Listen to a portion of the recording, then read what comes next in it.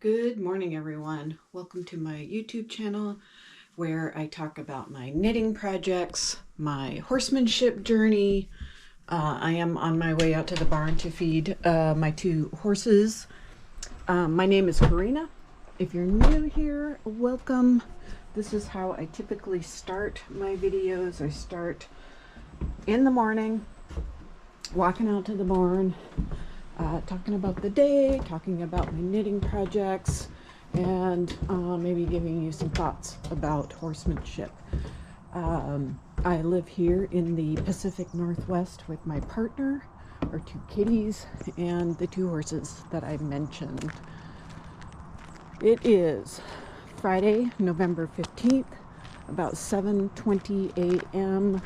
The sun has just come up. It's been very rainy lately, and today is supposed to be a nice day, so I'm kind of looking forward to a day of drying out. Check my phone. My camera goes blank, so I never know whether it's recording, so I have to watch it on my phone app, which is a little inconvenient. I don't know how to fix this. I'm not particularly tech savvy, as you will notice as I film and edit in my very amateur way. So the barn is separated from the house down this drive by a creek, which is very full. At least the outfall is there. That's the downstream side, obviously. And here is the upstream side. Very pretty, actually. And that's the house up there. I think you can see that. Can you see that? Let's see what I'm filming here. There's the house. This is our dead field mower. And if you can see Odin up there waiting very patiently. Odin and Bragi, both Mustangs that I adopted from the Wild Horse Adoption Program from the Bureau of Land Management. Odin had 100 days of training on him when I got him 6 years ago, so he's my riding horse. He is 12. Bragi had 30 days of tip training. Can't remember what tip stands for now, but Bragi came to me basically as a barely, not even gentled horse. Hi guys, waiting for breakfast. I started blanketing Odin because I'm riding him more, and he has a very thick fur coat. It was just taking him a long time to dry out.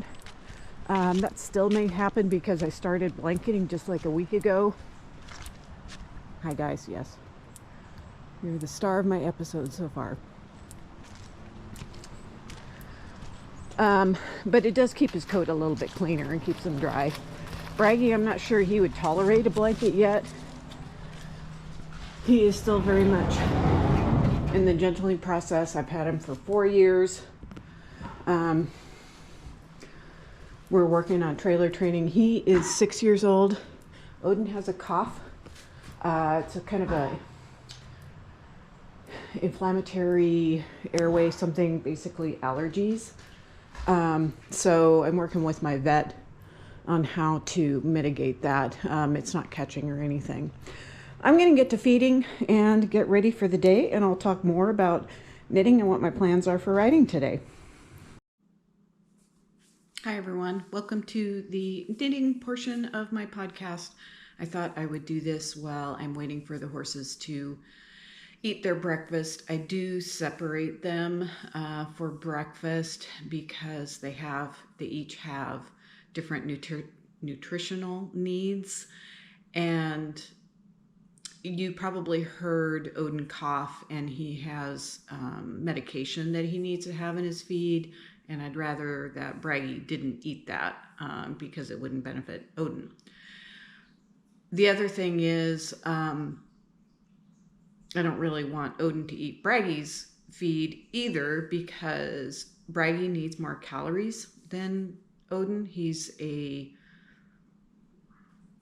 how do I just say this? So Odin is an easy keeper. So in other words, I really have to manage his diet so he doesn't gain too much weight and end up with some metabolic problems. Bragi is much easier in that way, in that he can pretty much eat whatever as long as he's not allergic to it. And that is kind of Bragi's issue. Bragi has skin issues.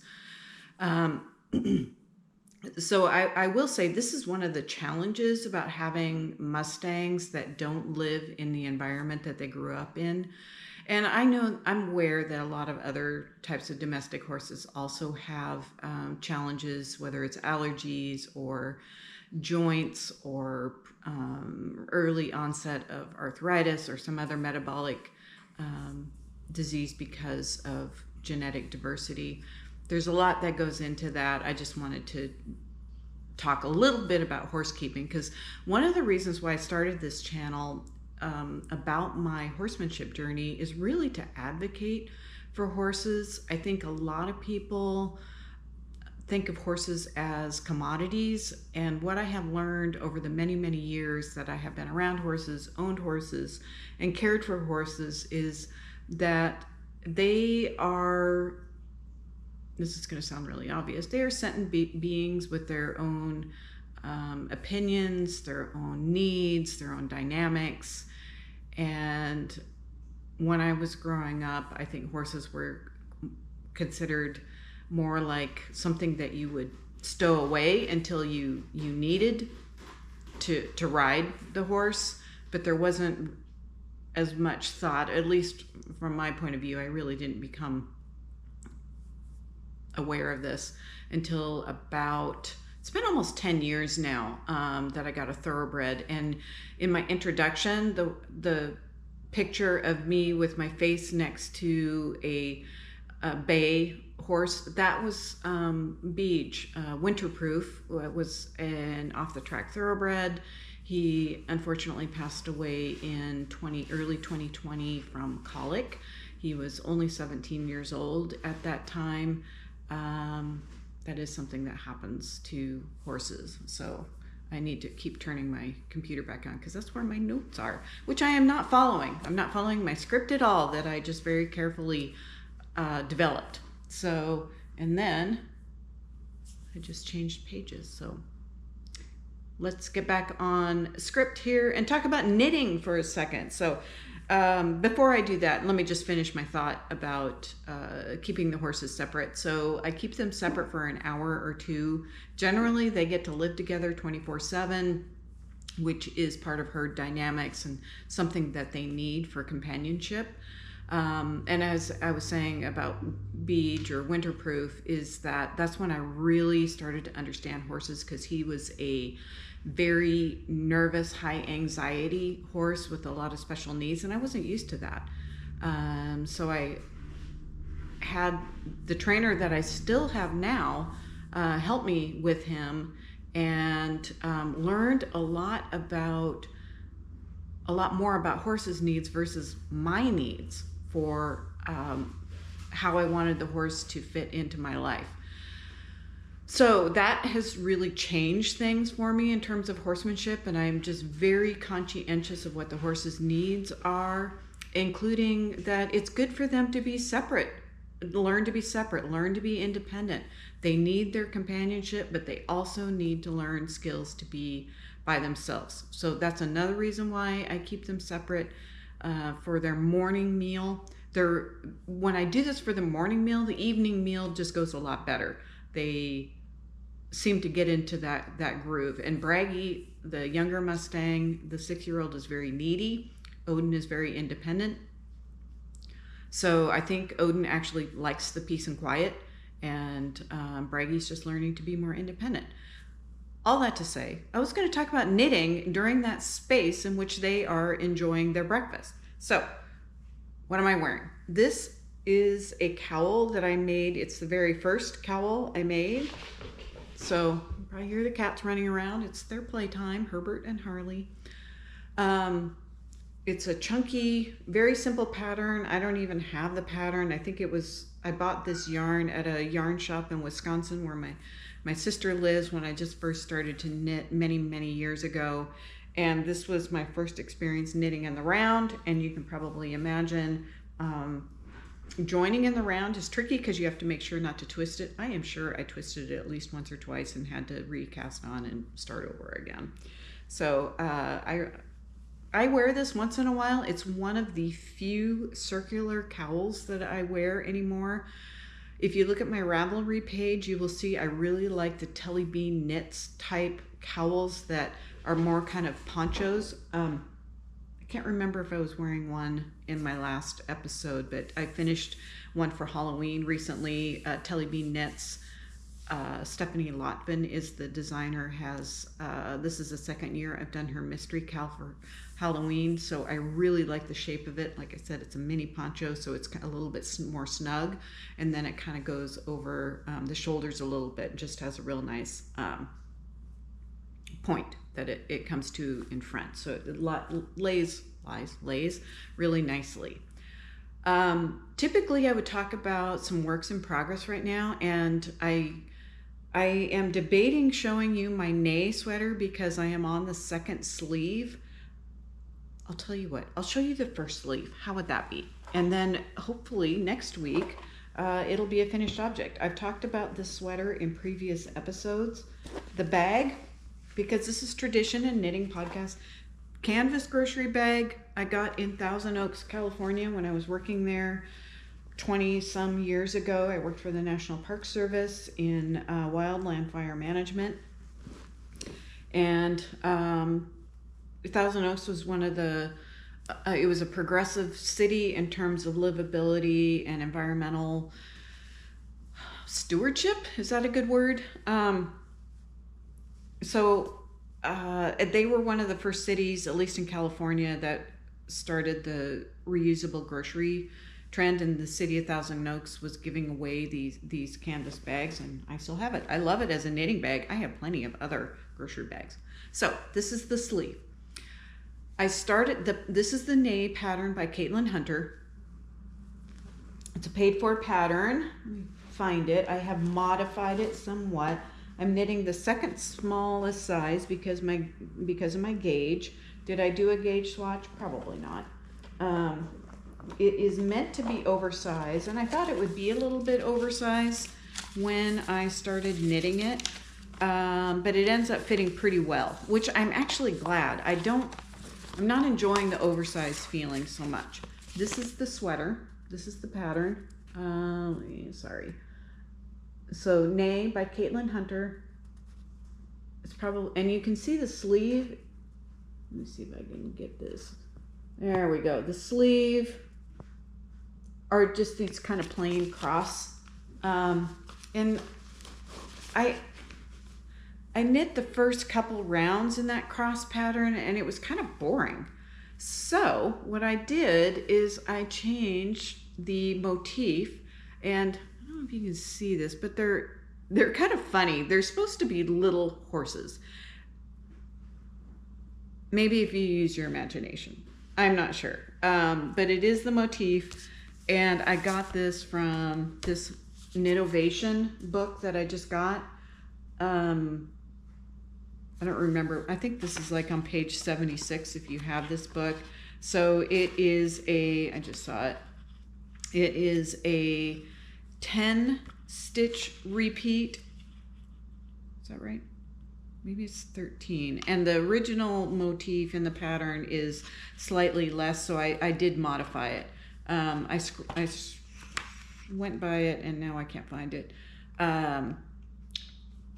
In any event, oh, here it is. It's called Tiny Pony, so I'm just going to cover up the actual pattern. Let's see. So this is, where does it go? Sorry, this is hard. There it is. It's not this one. It's this one right here by this hand. So that's what it is. I didn't do a very good job of covering up the stitch pattern. So just use your conscience in terms of how you're going to use that information. So this is the first sleeve. I am on the second sleeve. I am about here, or I'm going to start this fourth pattern on this one, and then it's the decreases and then the cuff. So this sweater will just go right to my wrist. I have sweaters that have the really long arms and I end up folding them back.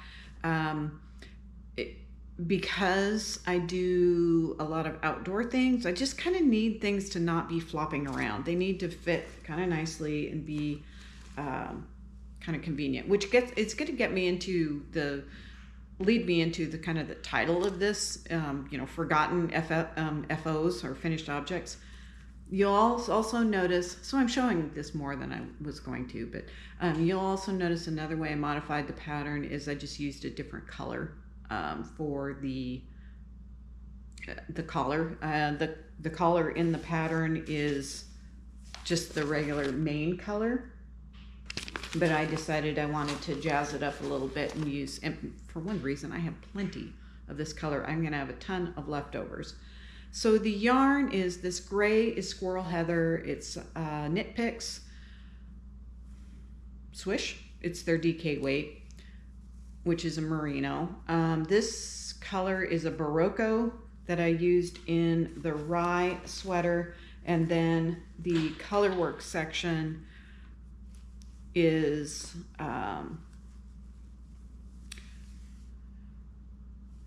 Spin Cycle. And it's in a DK weight, but it knits like, it's in a worsted weight, but it knits like a DK. So that's that yarn. So I am probably going to have a little bit of leftovers. So that is that project. Super fun. So like I said, it should be a finished object next week.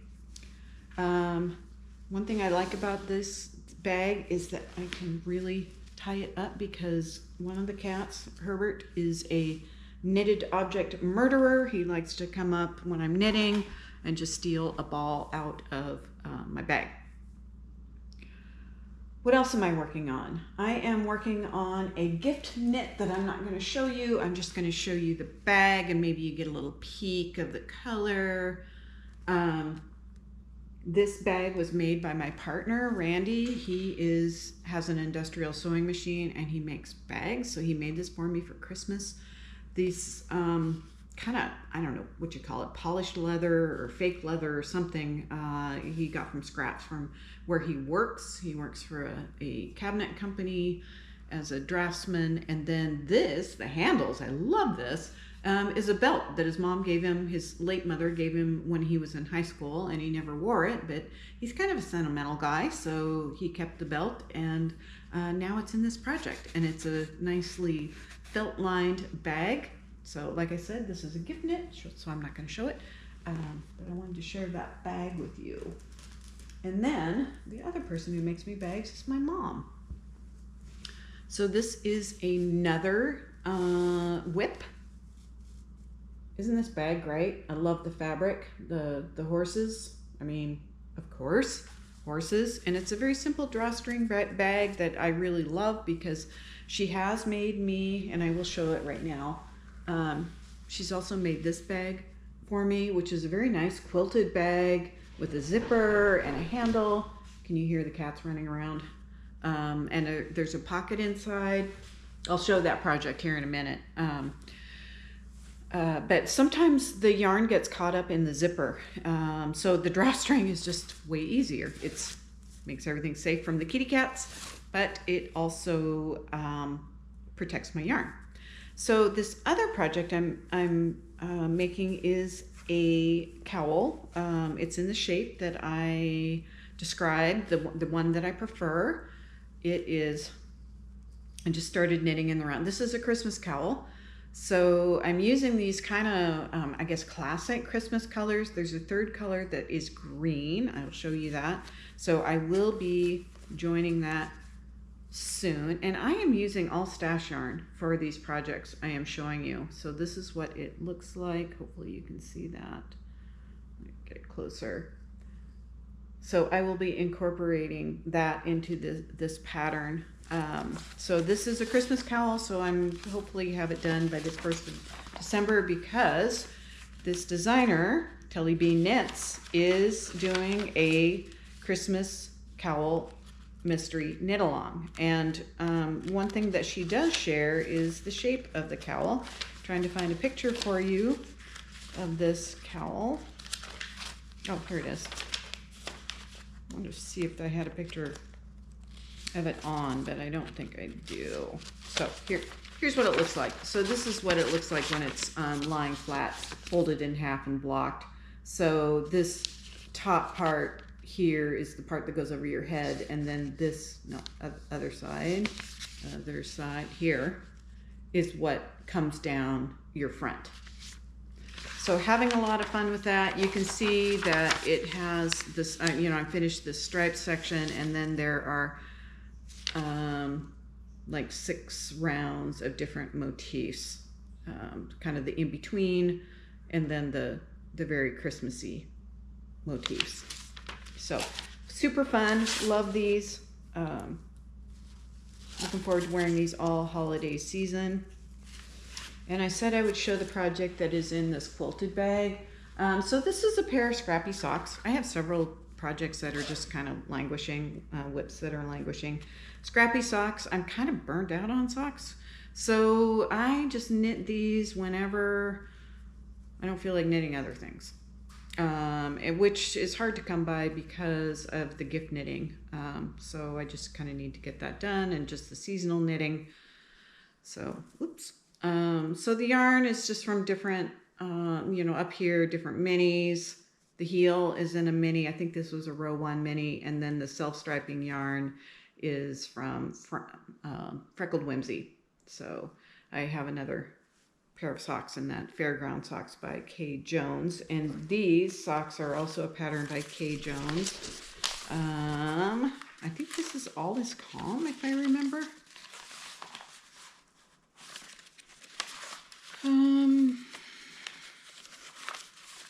Of course, I'm using scrap paper, so there's patterns on both sides.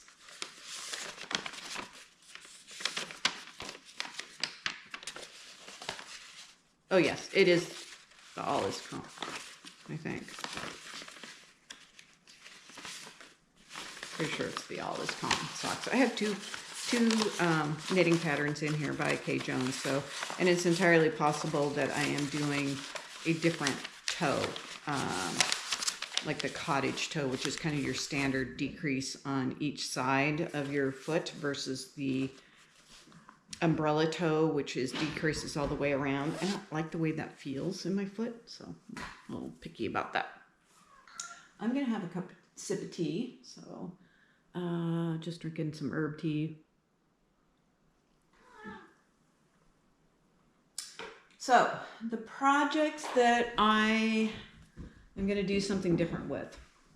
So I'm pretty sure I knit this shawl. Let me show you the correct side.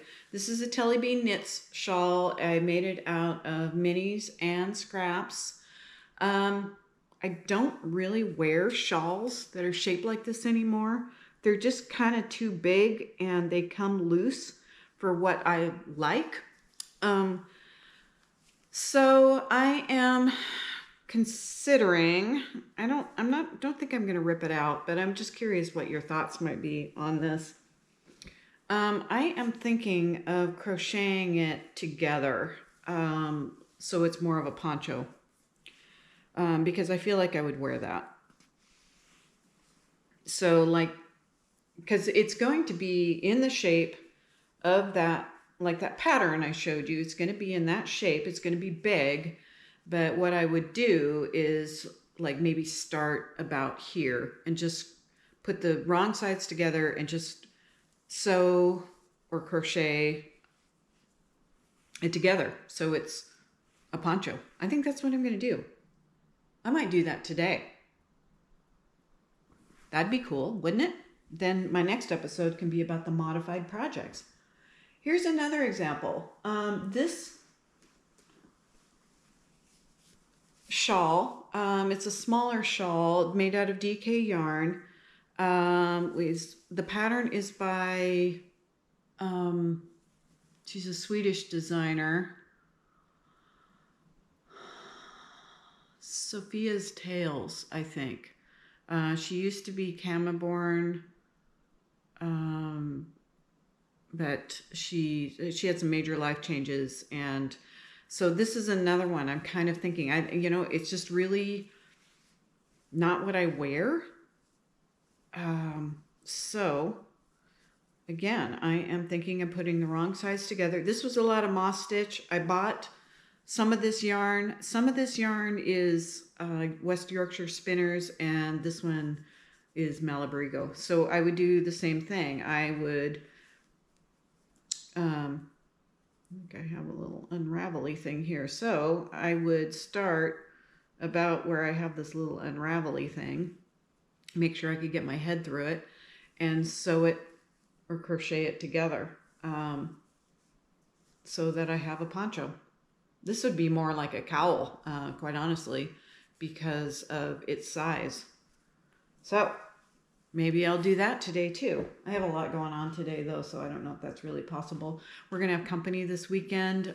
We have some friends that we like to go skiing with, and they're just really great friends. So they're coming over tomorrow evening, and so, you know, I need to clean house, make it presentable, and start some stuff for dinner. So I'm making a bean soup.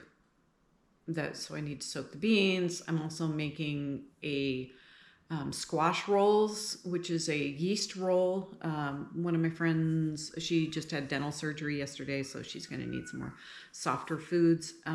The squash rolls, it's a handwritten recipe from either my grandmother or my aunt. And it's a yeast roll that uses cooked squash. So I have a pumpkin from the garden that I want to roast. And so I have to do that today too. Plus I have a writing lesson on Odin, and I'm going to talk about that too. So this cowl, this is kind of your standard tube cowl. This is a Kay Jones pattern. It's called the Owl Cowl because these little right here, they kind of look like little owls. I don't wear cowls like this because, again, it's just, I mean, I like this one because it sits closer, but these tend to really kind of flop down on my neck, and I don't really, you know, it's just, and it's more floppy if I don't have like this structure underneath it. So I am thinking of ripping this whole thing out, frogging it, and making it a muscle burrow hat. I have not made one. There's a lot of people like them. I think this would be great. This would be perfect for a muscle burrow hat. These were all minis that I bought specifically for this project. So I really like the yarn. And like I said, I'm tired of knitting socks. I don't think this is sock yarn either. I don't think this is a superwash. So I'm making a hat. Here's another example of a cowl. This is a pattern of my own design using various minis. A lot of these came in, I think most of these came in a unicorn tail bundle by,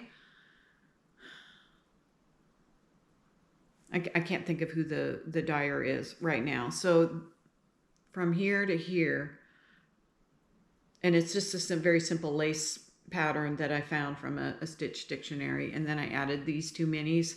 So I don't love this, again, for the same reason. It's just too floppy. So I think I'm going to rip this one out and make it a muscle burrow. So those are my knitting projects and my knitting plans for my forgotten or unworn finished objects, FOs.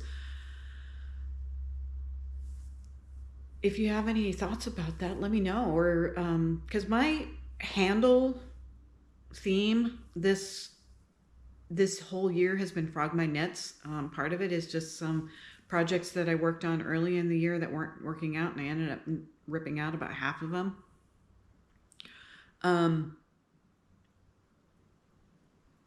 And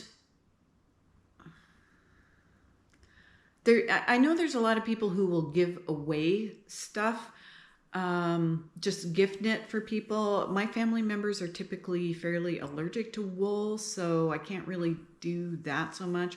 Could of course give it to charity.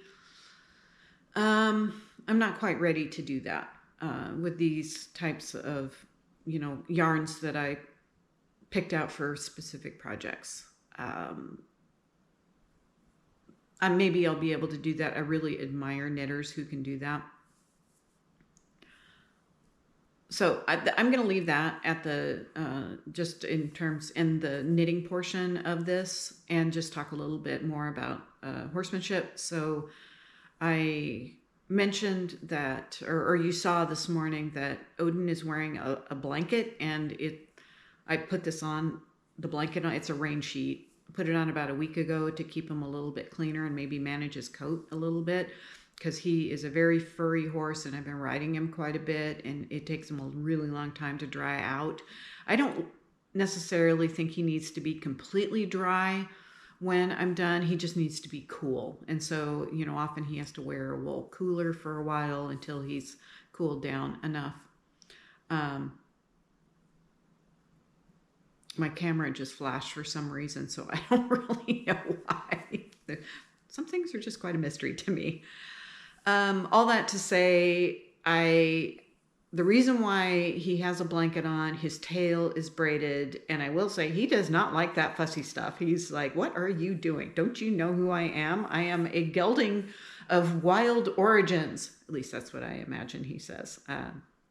He doesn't really care for the fussy stuff. He tolerates wearing a blanket, and I think he kind of appreciates that he's dry. But mostly it's for my convenience to keep his coat clean and just help him with the workout a little bit more. And the reason why I'm riding him, not only for his own health and fitness, because we all need exercise, I signed up for a jumping clinic with him. And by jumping, I mean I expect to do like poles on the ground. So we have a lesson with my trainer today. Bragi gets a little break from the trailer training that he's been doing so awesome at. Last week we were able to shut the divider, and he tolerated it fine. He doesn't like it, so we're just going to work very slowly with him. And in the meantime, since today's a nice day, going to be a nice day, looks like a nice day, I'm looking out the window, and the local trails are closed. Normally that's how I keep Odin fit on weekends, is I take him out on a trail ride. The trails are closed for hunting for a few days, just this weekend really. So I thought I would work with my trainer in my round pen with the poles on the ground, because that'll give him plenty of exercise for that jumping clinic that is on Sunday, December 1st. So I think that's all I want to talk about for, I'm checking my notes, which my computer went dark, so bear with me a moment, please.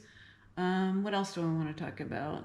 Yeah, okay, so that's really about all I have to say about the horses. And gardening is often another topic I talk about. There's just not a lot going on right now.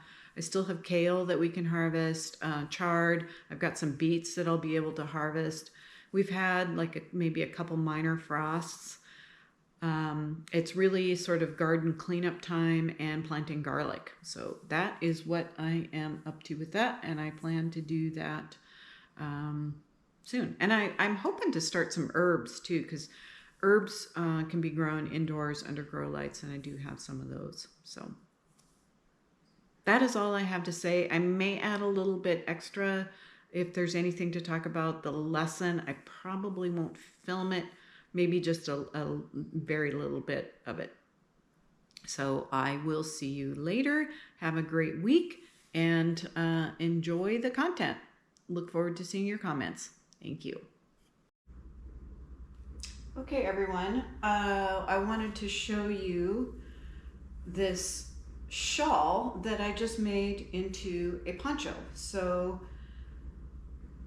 this would have been the center. It still is the center. And then what I did is that I crocheted together the back. So now it is a poncho, and I think it is highly likely that I will wear it a lot more now and not forget about it in the closet. So I love this yarn. Some of this was Advent. Some of this was